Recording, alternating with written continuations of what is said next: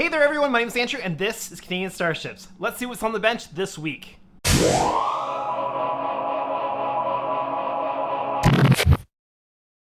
This week on the bench, what we're going to do is try to get both Enterprise E's on their way towards preparation for lighting.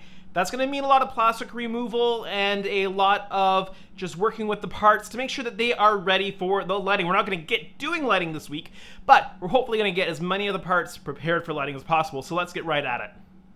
But before we get started, why not take a moment and click the subscribe button, and while you're here, click on that notification bell so you don't miss a single video. So the majority of the windows on the first Enterprise E are done, saucer and secondary hull. There are some windows that need to be done on the neck piece that goes onto the secondary hull, but that's the very last piece that gets installed as far as the major construction is concerned, so I'm not too worried about getting those done right away. The top and bottom saucer, as you've seen before, have been light blocked, and then there's been a white coat applied to the top saucer as well, and I've taken the masking off of the phaser strip, so that should allow the appropriate light to shine through on the phaser array.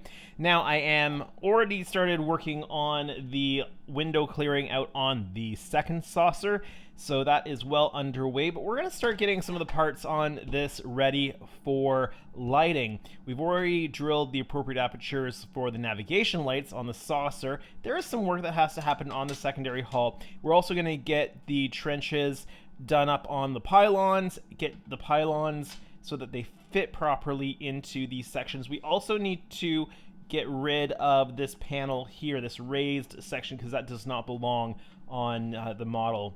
I don't know why they've got this as a raised panel all along here where the pennant goes, but that should be flushed down to the lower level, so we'll get all those taken care of. I've got secondary hull parts. This is from the second of the two Enterprise E's on the bench. It has not had any window work done on it. I'm just going to show you what's going to happen to the secondary hull here. Let me quickly join these two parts together.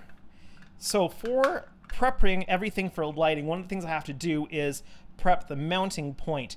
Now this is the post that I will be using, and it's too big to fit into the pre-drilled hole, but I won't put the post directly into the model. It will actually sit into this copper T like that. Then the copper T is going to be split across the top, and the sides will be fanned out, and they will be mounted directly on the inside along the bottom here and epoxied in place, and that will create a really secure mounting point. Now, I don't need a huge armature in this particular model, but I have a specifically sized drill bit. I believe it is 7/16 in the US measurement system, because for some reason for drill bits we seem to use that system here in Canada rather than metric. Why? I don't know, but this will get drilled out. It will take some of the plastic on either side out, but that'll give us a nice proper size. Then the copper T, being splayed out, will sit inside, epoxied in, and the post will go in like that. And that gives you a little bit of an idea of the mounting system on this. So I'm going to be starting to prep this on the other parts, which are just curing right now as I've done some of the light blocking coats on the inside. Since the other secondary hull is drying, paint on the inside, I am getting the post mount area ready on the second secondary hull. I have the hole drilled in at the proper size. I did the initial rough work with the drill. Then I've got a little grinding tool on here on the Dremel that is exactly the size I need, so I cleaned up the rest of it just with this tool. And now the copper T fits right in, and that's upside down. It'll go in on the inside, but that is exactly the right size, and that is all prepped on this. Before I end up doing the windows on this, I'm going to work on getting the openings in here that I need for the wiring and then for access over here. Might as well get that done while other things are going on. So more parts have to be cleared out to prepare for lighting. The nacelles and the pylons, and in this case we have to get rid of the plastic on the top of the nacelle so that light can shine through the chiller grills, and on the pylons we have to channel out material so that we can run the wires. These are very tight space-wise. They go flat together, so you have to channel out areas for your wires to go. Now, I don't know how many wires I have going up to the nacelles yet.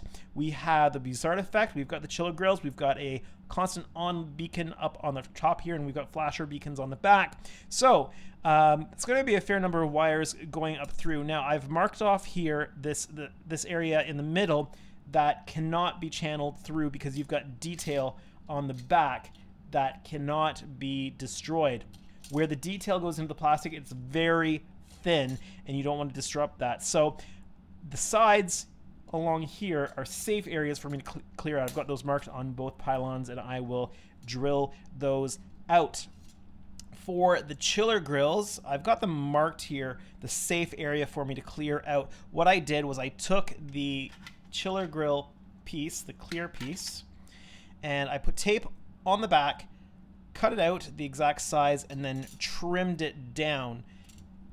This yellow tape is actually more narrow than the chiller grill, and that is because the chiller grill needs surface to be adhered to, and so I have created the safe zone for clearing out so that it is fully open, all the light can come through, but there is still styrene that the chiller grill will be able to be attached to. So for the pylons and the nacelles, those are the areas I have to prepare before I can get this thing ready for lighting. Before I get the Dremel out and start removing plastic, since I want to do all of it at one go, I want to show you the difference between where I was removing the plastic and where I am now removing the plastic. I forgot that I need to be able to get in there and actually work on the electronics from that area. Plus, I need to remove that so that the lighting comes through nicely for these windows on the neck piece. The neck piece has not had the windows cleared out. Again, it's the last piece that goes in as the kit is fully assembled, and is a part that is technically removable in order to access electronics if necessary. I'll secure this in with microcrystal clear rather than my regular cement, so it's easier to remove if necessary. So I'm going to get these cleared out, the nacelles, the pylons, all those areas, to get that ready for lighting. One of those details that's really nice to have on this kit that just requires some tedious work, and let me just grab this piece here since it's exactly the same and I haven't done this work on this piece yet. You can see that there is a significant raised panel here where the pendant goes between the different panels, and that doesn't belong there. That should not be there, and this should be fairly smooth right here. So what I've done is I've taped it off either side, and I am gradually sanding it down to get rid as much of that panel as I can and smooth it out, because that doesn't show up on the studio model, and I'm not sure why they've got it molded in that way here.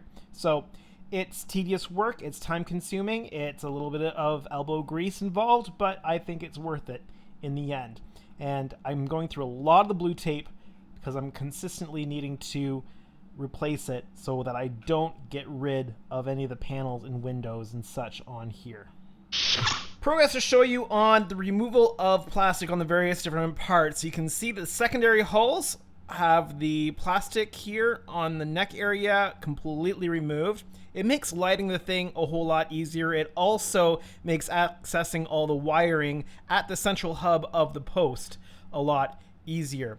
Both of the kits have had the hole upsized to fit the copper T, which will be split and splayed out so that it will create a nice anchor point for the post. One of 4 pylons, not pylons, nacelles, has had the plastic cleared out so that the warp chiller grills will glow. You can see the before and after here. And then over on this side, we have the first of 4 pylons with the wiring secured in. So the trench was dug around the area we want to avoid for the detail on the other side because the plastic is much thinner there, and that has been glued in place.